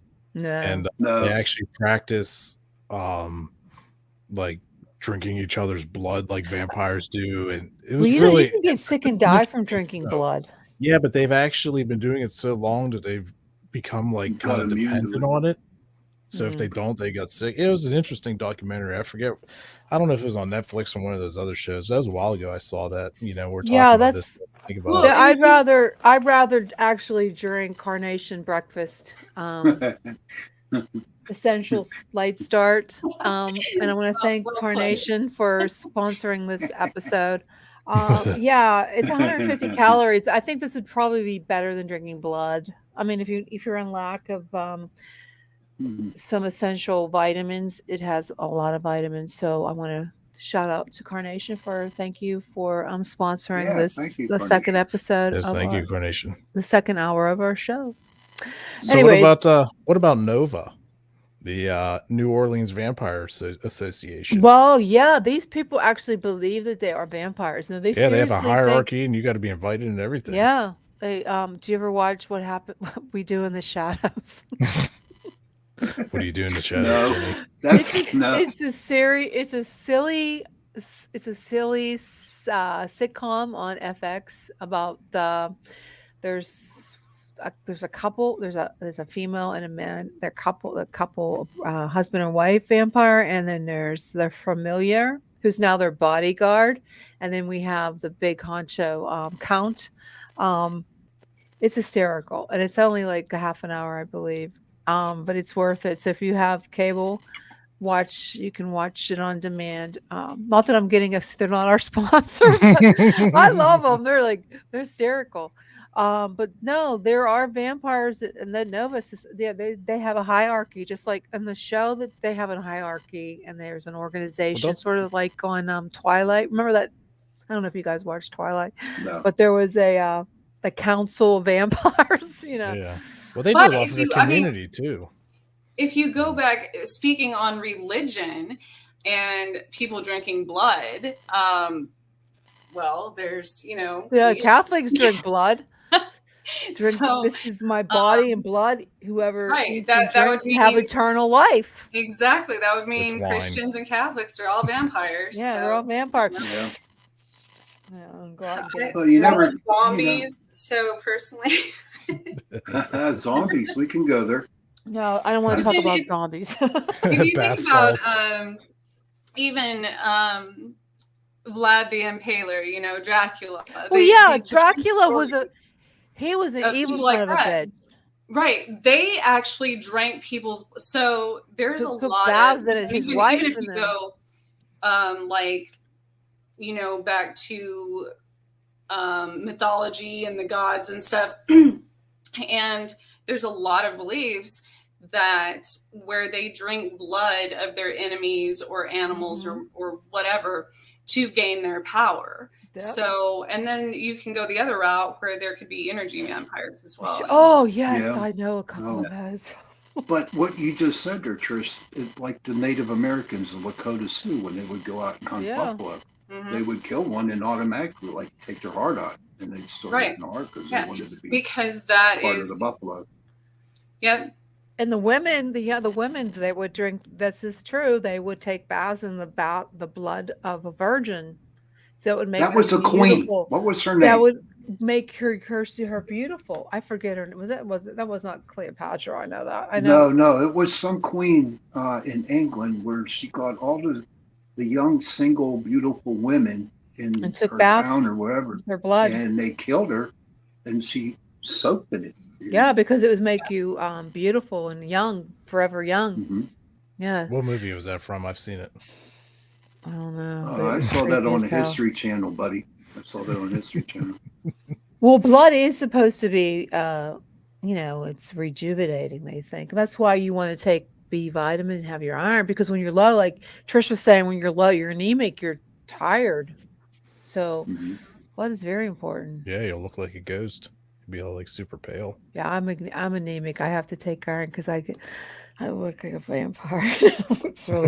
I don't like the sunlight either because, no, I have a disease that I don't like the sunlight. I have Sjogren's and I can't go out in the sun. I have to wear sunglasses and bright Oh light. wow. Oh, it's horrible. So, but I mean, I love the sun, but I have to protect myself. So that could be something like they could have, and they don't have. Yes, I don't have tears. I don't cry, and they think, "Wow, you don't cry? That means you're evil." I don't have tears. I can't shed. It's really bad when you can't cry. Do you ever try wanting to cry? You don't have tears to cry. It's No. horrible. I'm I heartless. never did. That was Snow White, the newer one, where she couldn't cry and she bathed in.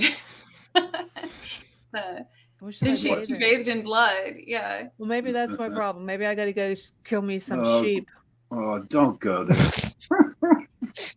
Hey, Don't go there. I don't have enough money to bail you out of jail, buddy. well, if Hey, you guys what have happens any in the investigations, Cassier residence happens in the oh, Cassier. you don't know what happens over here. It's kind of Uh, scary. I don't know if I want But to know. blood rituals has I been. heard something about even- sheep and blood. Yeah. Well, yeah, even in Christianity, like you said, putting the blood around the door. Yeah. That actually stems from a pagan belief, and even in other areas of the world, it's done to. So doorways are considered the threshold between like an entry and an exit, or a threshold to something. Mhm. So a lot of different cultures and beliefs, they would put the blood at certain times of the year, certain days, things like that around the frame. So evil entities can't pass through that, to block that. Or demonic in some Yeah. people believe that, things like that. So blood's been, and then like we're talking about with communion and things like that, blood has been used Sacrifices forever since that's what Steve voodoo, Gray said. There's black blood magic, sacrifice. Yep. Blood all of those sacrifices all stuff. through the Bible too. I mean, the Christianity is based off the pagan religion. I mean, it's good. But a lot of it. A Yeah, lot of it is. a lot of it is, and there's hey, to each his own, right? If you want Right, to exactly. to each But, his own. in the long run, when it comes down for me, is I will respect what everybody believes in. If it makes you good and it makes you happy, Mm-hmm. go for it. All I ask you is that you believe what I believe. Well, one day when we all die, we'll find out what really happened. When John's in hell. I'll say, John, come on in. You go, oh, sorry, you can't come in. Remember when we were back in 2021 on Chasing Prophecy? Oh, I'm going to hell. Here's Hey, you my look like you're theory. starting No, to you're sweat not. already. I am. It's hotter than hell, dude. Why are you always so hot, Sean? Is that because you get upset? My You mom, like my your mom keeps telling me I'm having menopause. I don't. Do Well, they you know have her, that? so Yeah, there is. Yeah, men do get it. you're a prime Where example. they get the heat. You You need know, like test- the women you get need- menopause. You need tea. Right here, need tea. Lipton. Jason, hook him up with some tea. Go outside, Testosterone. get in your car, go to the store, and get yourself some tea. Yeah. I got it right I don't here. mean that kind of tea. I'm talking about testosterone. Oh, You have get in your some- car, go to your Alex doctor's Jones has office, some and get on some tea. Infowars.com, and I'm not getting. He's not my sponsor either, but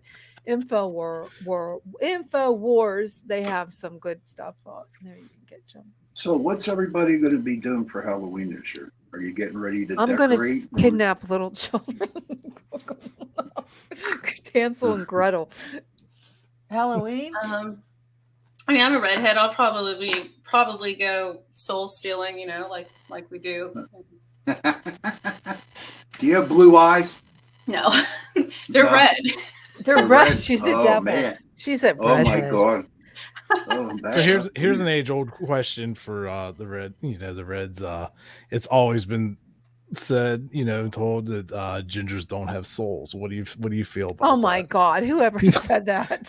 No, I heard that. I heard that. Gingers don't have Okay, souls. That's an interesting thing, because I've had this, thought and discussion many times with people, and a lot of gingers. That's actually, kind of derogatory. Most people don't know the origination of that either. But as far as redheads go, and going back to the RH factor and things like that, and redheads are one of the few, right. Well, that's what I was going to say. Most of us She's an date alien. back to the original cavemen that have been found, and that's why we're the 1%. Look, see, she stopped there for a second. See, she is an alien. That's why she's on the show. I know. But that's what I was going to say. So if that were the case, and we are aliens, but I think everybody here is an alien. So I mean, I'm an alien. But if we were the first ones here, then and with the theory of souls as it is now, how people believe in souls entering bodies and when people are born and things like that, maybe redheads don't have, You don't have a soul. Maybe our ancestors didn't, for that matter. I was just curious because I've heard that saying like my entire life. People Redheads always say don't stuff have like souls. that. It's like, being with all of your knowledge and everything. I was curious to see what your input would be on that. Yeah. That's That's a good question, Jason. So you Irish, Trish? I am. That's why she's a redhead. Yeah, that's good. She's a little leprechaun.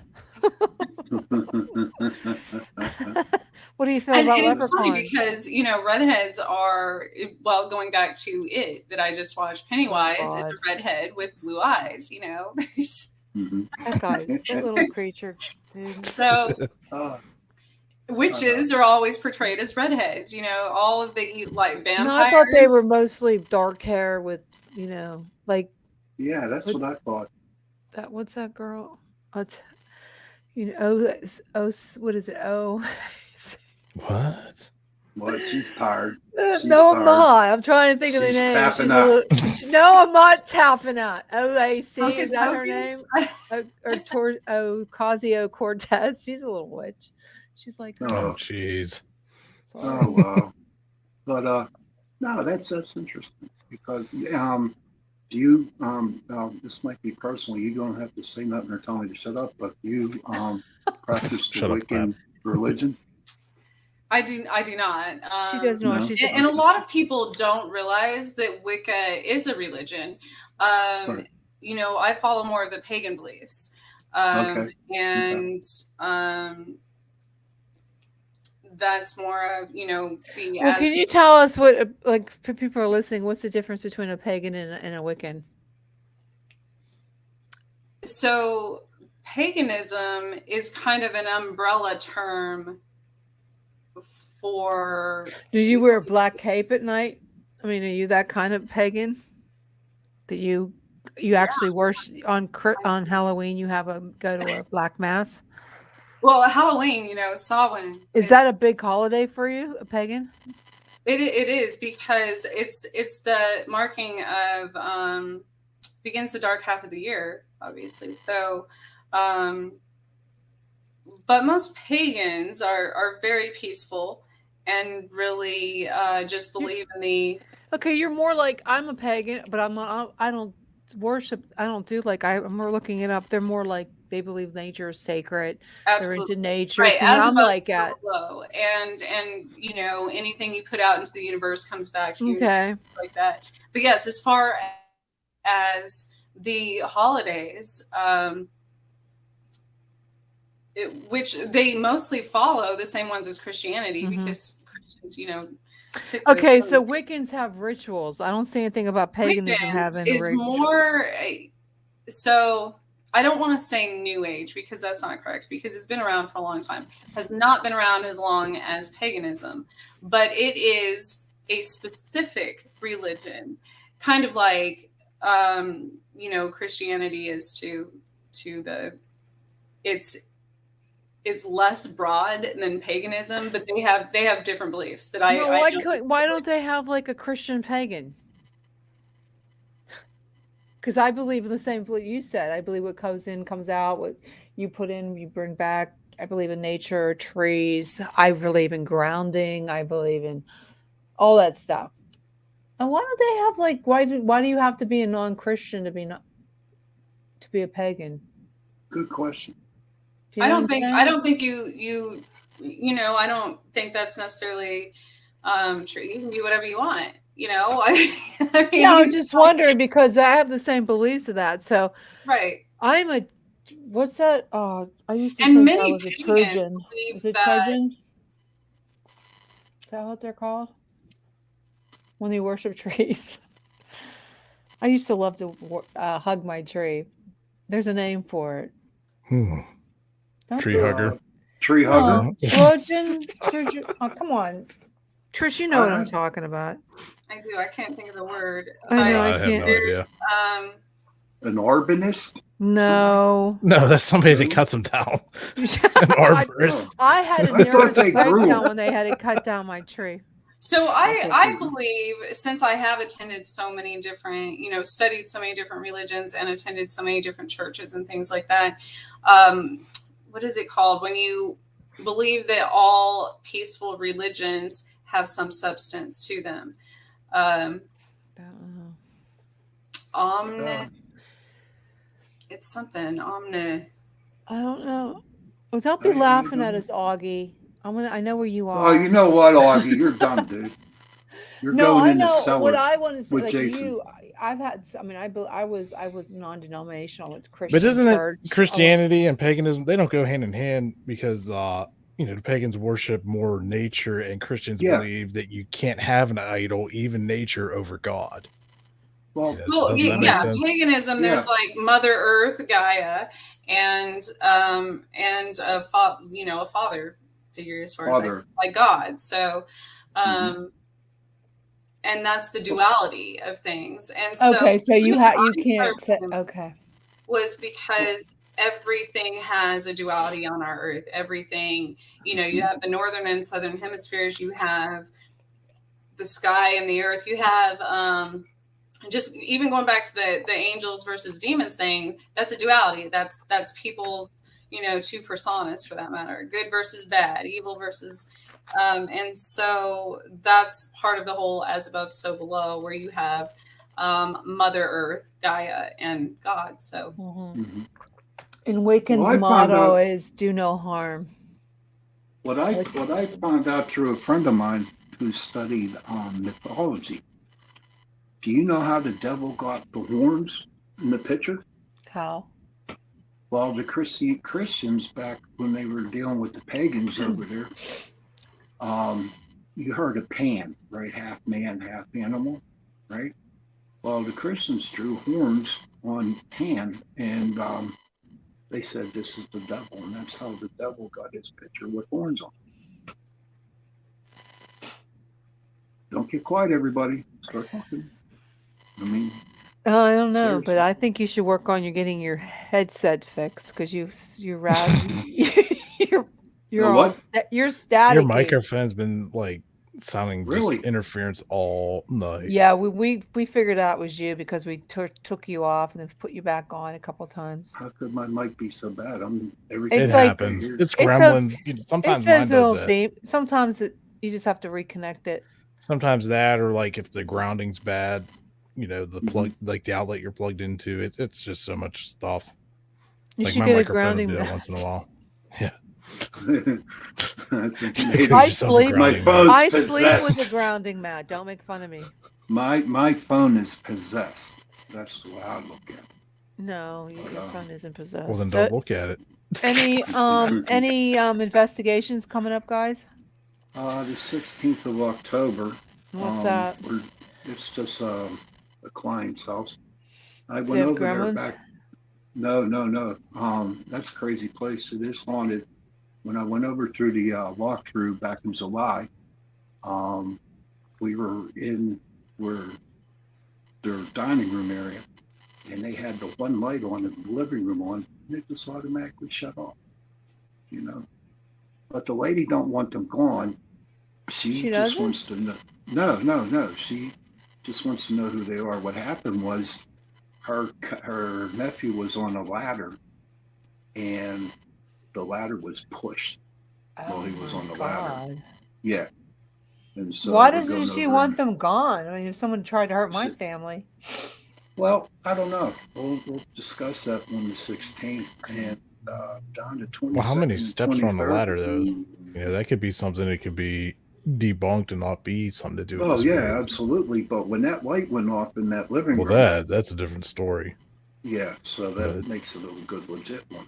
Yeah. But the 22nd and 23rd, we're That'll going to be fun. down in Uniontown. At Uniontown is having their ghost walk. Oh, that'll be fun. Yeah, so if anybody's looking to have great. like a quick 15-minute ghost hunt, we'll be taking groups through one of the restaurants down there. DeMarco's. Yeah. DeMarco's Bistro. Excellent food. Excellent. Yes, excellent. That's And then on the fun. 23rd, though, before I go down there, I'm doing a speaking engagement. Oh, you are? Where is this Uh-oh. at? Down on the south side. It's I don't Down know there. the name of the place. They just moved out there. Wow, you're really It's- getting up there, Sean. Pants and that. This happens every year. Every year. I just get busy. Oh, with those everything. demons want you. Yeah. Oh, Every October, God. it's spooky season because everybody gets all into the Yeah. paranormal. Yeah, I and wish like, we had one up oh, here to everything's do. haunted. No, we don't have anything. Well, What? it is true. I mean, I'm sure there's more sightings and like proof during this time of year. So it makes sense. Yeah, because Not of the just because of Halloween, but because of the time of the year. But Trish, it's funny because me and Jason, we ghost hunt, right? And we go out there.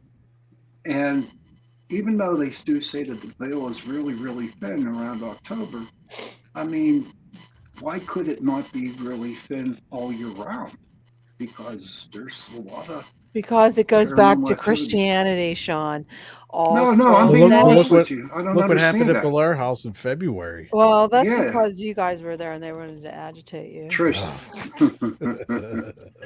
That was What fun. do you I think was of that, looking Trish? at our old videos. I liked watching you guys. That was fun.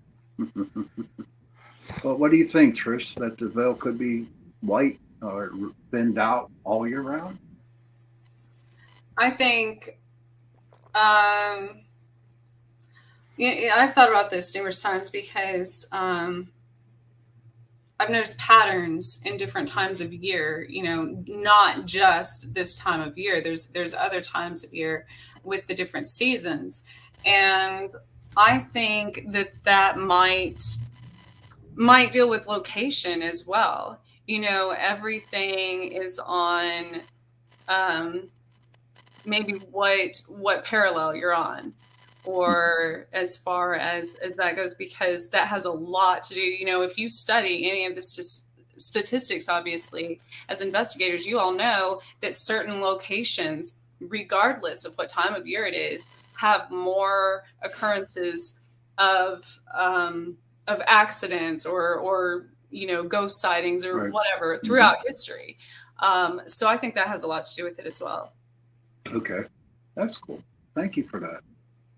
But I'm all excited. I like. There's also things like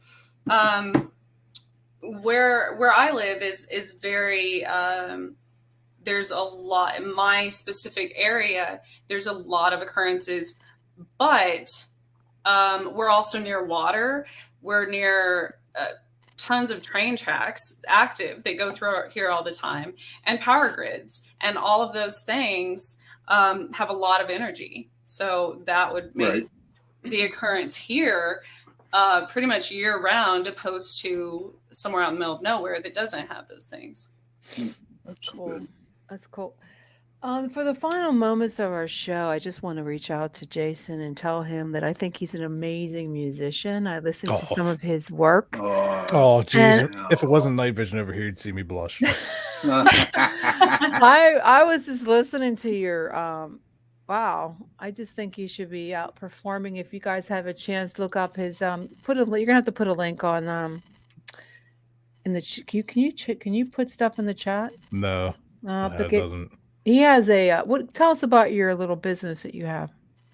Oh, it's on Reverb Nation Studio RTA37, where I post stuff I write or songs that bands I was in we recorded and wrote, and just trying to share stuff, get music out there. It's nothing crazy, just doing what we express and do the best He's of the our best. ability. Can you No, give I us a wouldn't say I'm the best. sample on your? Do you have any recordings that you could put up to the mic of what you've Oh done? no. I'm sitting in the dark over my laptop. You don't have anything on your not phone? on this not on this Aw, one, no. That's on my other damn. computer. Yeah, I got a main studio computer with all the music He that's has on it. some good tunes. Thank He you. does. Appreciate His it. music is on our intro too. That's he's really. I was impressed because well, years ago. Oh my God, we're talking back in the 80s. That's how I'm dating myself. I used to do a Pat Benatar. Really? Let's get Yeah. together and jam. I used to sing Pat. What was the other one? Oh God, there's Pat Benatar. Heartbreaker? No, she's a country song. Country. There was Fleetwood Mac, Stevie Nicks, and what was the other woman? Ron Stout. Is it Linda? Linda Ronstadt. Yeah, we're talking back in the old days. What's this? What is this? He just sent me a link. Somebody sent me a link. Augie shared it. No, I can't. Play. Yeah. Well, wonder if I can. It's nothing crazy. Just some stuff I like to do. Darn, I wish I could pull it up. No. Darn, it's really good. I wanted you guys to Who's hear. our guest next week, Jen? I'm trying to find out who she is. Well, you got half of don't it. We know worry. it's a she. It's a woman, I do believe. I don't know her. Oh gosh, I probably would know if I don't have my calendar here, but I'll let you know ahead. We're gonna do something for a Halloween. Trying to see what the date is. There's also going to be a Halloween party on the 31st. Yes. Oh yeah. We're going to join in, and for our show is going to be our Halloween show is the 26th. We're going to get some psychics. We're going to dress up. Sorry guys, you guys dress up. I can't be the only one that's going to dress up. I can be Jason. You can wear. You know what? I'm going to dress up as a psychic. This is it, right here. Pat, you don't need to dress up. You can take the mask off anytime now. Do you know what time? You're just jealous, Jason. That's all. Oh, you know it. You know it. You're jealous. Damn straight, brother. When I grow up, I want to be just like you. I hope so. You got the whole world, buddy. You couldn't handle this. What's on your shirt? Is that like an Hawaiian shirt or something? Yeah, the pineapples. Pineapples. Yeah. There's You got pineapple. the pineapple express over here. What's on your show tonight? Into the Dark, Shallon. You know what? I'm going to ask Joe if he can come on and talk about UFOs. Yes. No, but that'll be fun. You know, Joe is probably an ET himself. One day I would like Fun, Trish. huh? One day I'd like to get you on my show after this show, and talk about more on what you study. You know, and I would like my listeners, who are these listeners, learn more about what you study, what you believe, and how to get it. We'll be on for about 48, 49 minutes, but that's about it. But I'd like to have you on the show one day. Not 58 or 47. No. Not 55? No. See, we don't have to hurry to get off because Sean's off. Yeah. My person. We're going to eat up your minutes, Sean. Please do. Please do. Please do. We should just have But Sean. are you okay with that, Trish? You okay with that? Yeah, definitely. I should actually sometime video me going down one of these rabbit holes sometime, because I go to different locations. You should. And then that'll lead to something else, and that'll lead to something else. And it's mind blowing to people, especially, you know, friends and people around me, because they're like, how did all of this lead to that from There you go. something Right. you saw? And then it ends up bringing together a bunch of history as well as solid facts almost about different locations and things that have happened, and even murders, things that I had no prior no knowledge of. And it's really interesting how I don't know very many psychics who work the same way as I do. I mean, maybe there's someone out Do there. you work with the police?